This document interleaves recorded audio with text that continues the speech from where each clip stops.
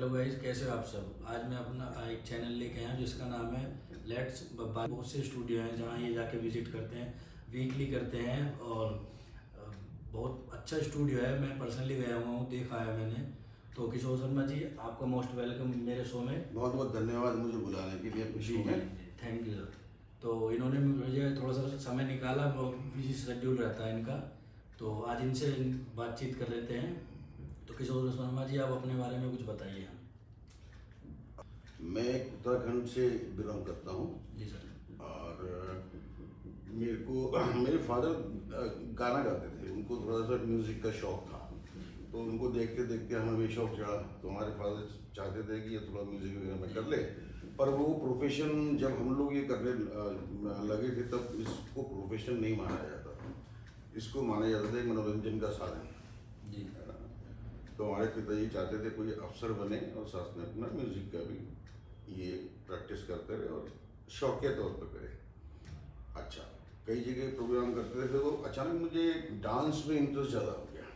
जी और फिर पिताजी ने भी पहले सपोर्ट किया। उसके बाद 4-5 साल जब मैंने सीखना उतना शुरू किया, दिल्ली में एक संस्था है श्री राम भारतीय कला केंद्र, मंडी हाउस में स्थित है। जी सर। वहाँ मैं 5 साल उनकी वैली यूनिट में रहा हूँ। तो वहाँ काफ़ी डांस स्टाइल्स इंडियन और वेस्टर्न बहुत सीखे हैं मैंने। और फिर उसके बाद फिर मैं कोरियोग्राफी लाइन में चला गया। तो आपको कैसे रियलाइज हुआ फर्स्ट टाइम कि आपको मतलब डांस में रुचि है, और कैसे मतलब कैसा अनुभव हुआ कि मुझे डांस ही करना है। देखो, ये फील्ड है मनोरंजन की, या कह लो कि आपका जो भी वट एवर इट इज।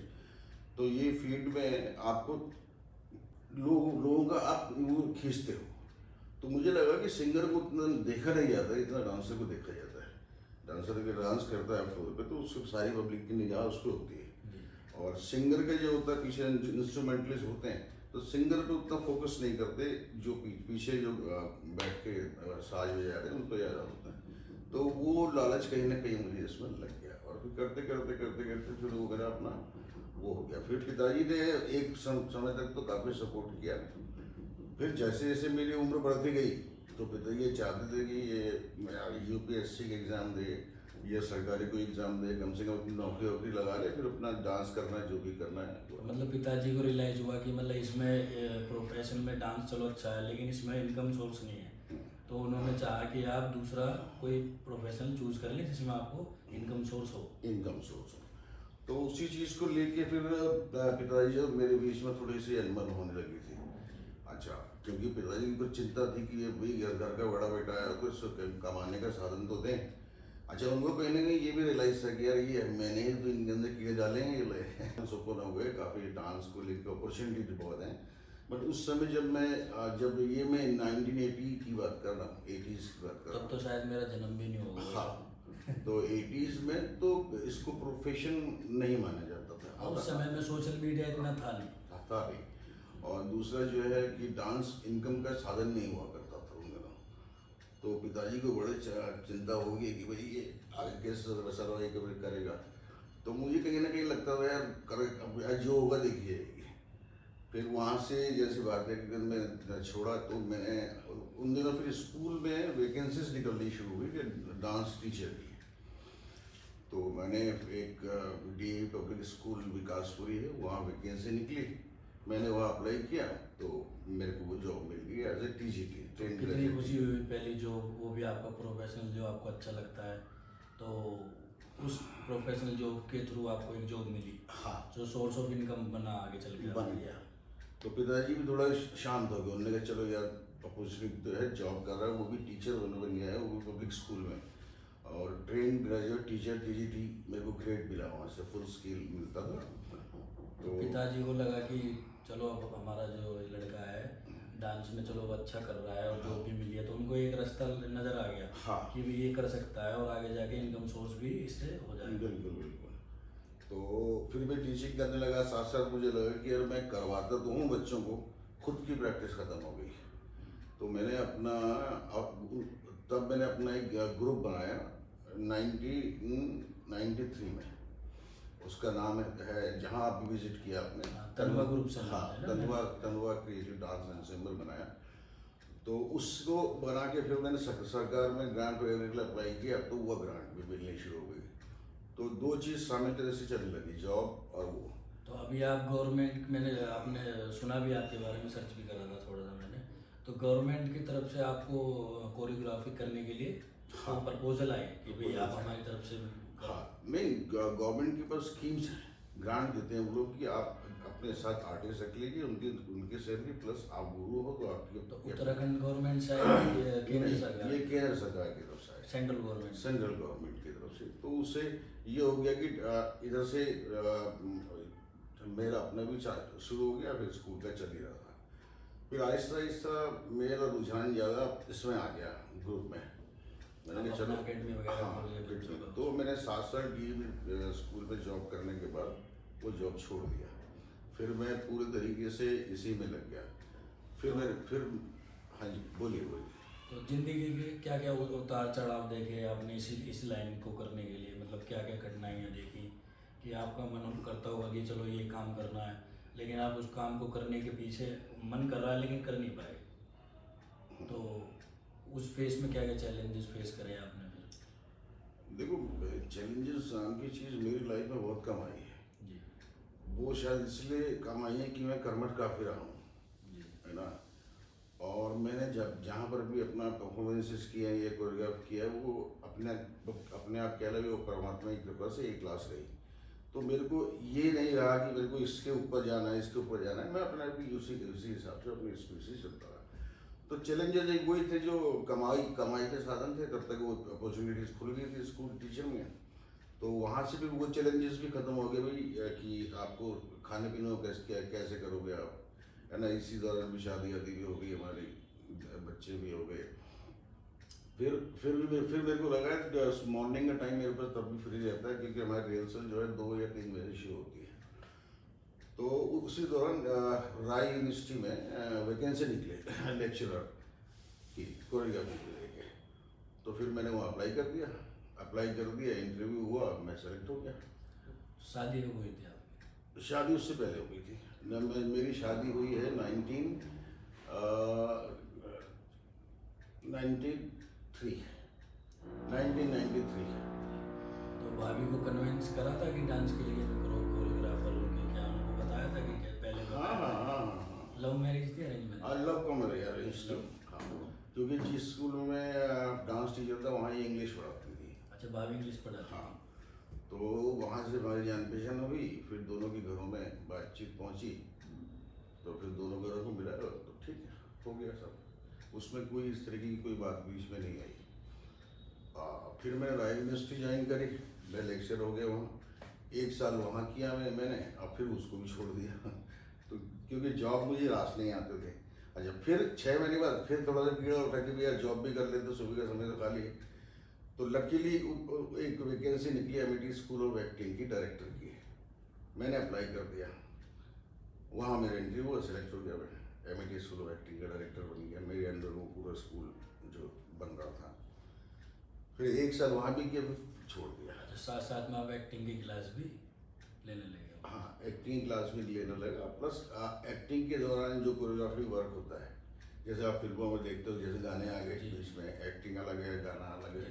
तो वो सब चीज़ें उनको डिफरेंसेस बच्चों को बताना होता था, और उनको सिखाना होता था कि भाई आप ये एक्ट कर रहे हो, अब जब आपको बीच में कहीं कोरियोग्राफी वर्क आ गए तो आपको बॉडी से भी एक्ट कैसे करना है, वो उनको सिखाना होता था। तो सर आप ये बताइए अब कि यूथ में, आज के यूथ में क्या चेंजेस थे, आपके यूथ में क्या चेंजेस थे, और जब के यूथ में क्या थे? देखो आज क्या बदलाव आया? हाँ, मैं बताया जनरेशन मैं बताया तो आपको, जो हमारा समय था उसमें कम लोग हुआ करते थे इस फील्ड में। जी। वही कारण वही था कि भाई हाँ। उसके आगे चल के कोई वो नहीं था। तो जैसे मैं हूँ या कुछ और थे जो कि घर वालों से लड़ लड़ा के भी रहे इसी फील्ड में, फिर वो हो गया। तो उस समय रुझान कम था। आज की डेट में मैं देखता हूँ कि माँ बाप बच्चों को पुश करते हैं, चल बेटा तेरे को कोई वो रियलिटी शो है उसकी तैयारी कराओ। हमारे तो इस तरह के काफ़ी बच्चे आते हैं जो कहते हैं सर इसको वो करवाना है, हमने रियलिटी शो में पार्टिसिपेट करवाना है। तो माँ बाप का कहीं ना कहीं पुश करते थे। और उस समय जो था इंडियन डांसेस का ज़्यादा जोर था। सिर्फ माइकल जैक्सन का नाम था जो ब्रेक डांसिंग में वो चलता था। जी, बहुत और great एक थे। हाँ, और एक जैज डांसेस, जैज जो है वो डांस स्टाइल होते थे, इंडियन ज़्यादा होते थे। आजकल ये डिफरेंस है कि इंडियन डांसेस जो है वो थोड़ा थोड़ा डाउन जा रहे हैं, वेस्टर्न डांसेस हो रही है बहुत से ऊपर। डांस स्टाइल आ गए थे बहुत सारे आ गए। और अब क्या है कि एक से एक बच्चे जो हैं क्रिएटिव निकल रहे हैं अब, क्योंकि उनको बहुत सारी चीज़ें देखने को मिल जाती हैं। पुरानी चीज़ें आप यूट्यूब पे देख सकते हैं या फेसबुक पे कई लोग पोस्ट कर देते हैं। पुरानी चीज़ें देखते हो, फिर नई चीज़ें देखते हो, फिर अपना कुछ अलग से करने की सोचते हो, तो वो उनके अंदर आ गए। हमारे टाइम में ना ये फेसबुक हुआ करता था, ना कुछ चैनल हुआ करता था, ना यूट्यूब था, ना कुछ था। तो उस प्रेजेंट में जो चल रहा है हम लोगों को वही सीखने को मिलता था। तो पहली सैलरी जो आपको इससे मिली थी, हम्म। तो उसका कितना मतलब कितनी खुशी हुई थी आपको? खुशी हुई थी मेरे से ज़्यादा खुशी मेरे घर में हुई थी। और आपको ताज्जुब होगा सुन के, ये 1986 में मेरे को जॉब मिला था और मेरी सैलरी थी 1500 रुपये उस टाइम पे? हाँ, उस समय पे। और 1500 रुपये में बहुत कुछ आता था। और उस टाइम पे 1500 रुपये बहुत मायने रखते 86 की बात कर रहा हूँ मैं। 1500 रुपये समझ लो आपके 70-80 हज़ार रुपये आज के डेट के। हैं। वही हाँ, तो मेरे को मतलब घर वाले भी खुश हो गए भाई, 1500 रुपये सैलरी मिल रही है मेरे बच्चे को। और फिर वो सैलरी मैं अपनी मम्मी के हाथ में दे देता था, और जो चाहिए होता था तो ले लेते अच्छा, थे। ज़्यादा सपोर्टिव कौन था, मम्मी की डैडी? दोनों इक्वल थे। दोनों को? दोनों इक्वल, दोनों हम जितने भाई बहन हैं, 5 हैं हम लोग, तो सबके साथ दोनों को इक्वल वो रहा है। मतलब ऐसा नहीं है कि भाई किशोर को ज़्यादा प्यार मिल रहा है, छोटे वालों को कम मिल रहा है, या उसको ज़्यादा मिल रहा है, किशोर को कम मिल रहा है, ऐसा कोई सीन नहीं था। हाँ। तो अभी जो डांस एकेडमी में आप जाते हो तो आप वीकली जाते हो? नहीं, बीच में ये जो कोरोना काल आया, लॉकडाउन लगा, तब उसमें काफ़ी डिस्टर्बेंस हुए, तो सबके साथ हुए। तो अच्छा, अब मेरी छोटी बेटी इसी लाइन में मैं करना चाह रही है, तो उसकी आजकल काफ़ी ट्रेनिंग चल रही है। नाम तो क्या है उसका नाम? किसका? छोटी बेटी का? आलिया शर्मा। आलिया शर्मा। हाँ, तो अब आहिस्ता आहिस्ता उसको हैंड ओवर कर रहा हूँ इन चीज़ों को ना। तो वो काफ़ी आजकल डिफरेंट कंपनीज के साथ भी शूट कर रही है, कमर्शियल्स कर रही है, और प्लस हमारे ग्रुप को ऐसे ऐसे हैंडल करने की कोशिश कर रही है। तो वो जो बीच का काल आया है 2-3 सालों, सभी डिस्टर्बेंस रही उस दौरान, तब तो अब जाना आना कम हो गया, क्योंकि स्टूडेंट नहीं रहे, जाना आना कम हो गया। और अब जब थोड़ा सा रूटीन पे आ रही है चीज़, तो अब मैं, बेटी तो डेली जाती है, मैं एक दिन छोड़ के एक दिन जा रहा हूँ अभी। फिर जैसे ही काफ़ी काम थोड़ा सा अभी बढ़ जाएगा तो मैं डेली जाना शुरू करूँगा। तो सर एक बात बताइए मुझे कि ये कामयाबी से आप क्या समझते हैं? देखो, सेल्फ सेटिस्फेक्शन है। हमको कामयाबी किसी और को दिखाने की ज़रूरत नहीं होनी चाहिए, मेरा ये मानना है। क्योंकि आप उसको उस समय जो है आप किसी और को खुश करना चाह रहे हैं। बिल्कुल। और रियल कामयाबी वो है जो आप अपने आप को सेटिस्फाई कर पाए कि मैंने ये करना था, मैंने ये कर दिया। अब बाहर वाले की नज़रों में वो कैसा भी हो, नीचे स्तर का हो, उच्च स्तर का हो, उससे हमें कुछ लेना देना नहीं। ये कामयाबी में थोड़ा सा डिफरेंसेस है मेरी नज़र में। बिल्कुल आपने सही कहा कि कामयाबी वो होती है जो इंसान अपने जो भी काम करे वो दिल से करे और उसे मजा आए, उसको सेटिस्फेक्शन है। Yes yes yes. ऐसे बहुत से हैं, जैसे कि 90 आज की इंडिया में लाइक 75% जितने भी वर्क जॉब वाले हैं, वो उनकी, मैं देखता हूँ उनकी एजुकेशन उनके अकॉर्डिंग बहुत हाई है, लेकिन वो जो काम कर रहे हैं ना वो उनके लायक नहीं है, लेकिन वो मजबूरी में कर रहे हैं क्योंकि जॉब नहीं है। तो फिर ये जीवन वो जी नहीं रहे हैं एक्चुअली। वो तो एक लाइफ अपना काट रहे हैं, काट चलो रहे हैं, कुछ ना जिस- से कुछ ये जी, बढ़िया जी, जी। ये कर ले। और मेरी फिलोसफी बचपन से ये रही है, एक्चुअली पिताजी की देन है, हमारे सब भाई बहनों की यही फिलोसफी रही है कि आपको जो पसंद हो आपको करो, चाहे उसमें कमी इनकम कमी हो जाए तो। भाई ये भी स्वाभाविक है था कि भाई उस समय अपॉर्चुनिटीज नहीं थी, जी। तो पिताजी ने जबरदस्ती बिल्कुल भी नहीं करी। उन्होंने कहते थे यार तू थोड़ा अप्लाई करा कर, ये गवर्नमेंट जॉब के लिए अप्लाई किया कर, पर मैं नहीं करता, थोड़ा सा वो नाराज़ भी होते थे। बाद में जैसे उनको पता चला कि भाई ये तो जॉब लिया है कहीं से, वो 1500 रुपये की जॉब, तो उनने छोड़ दिया, उनने अपने रास्ते में चल पड़ा।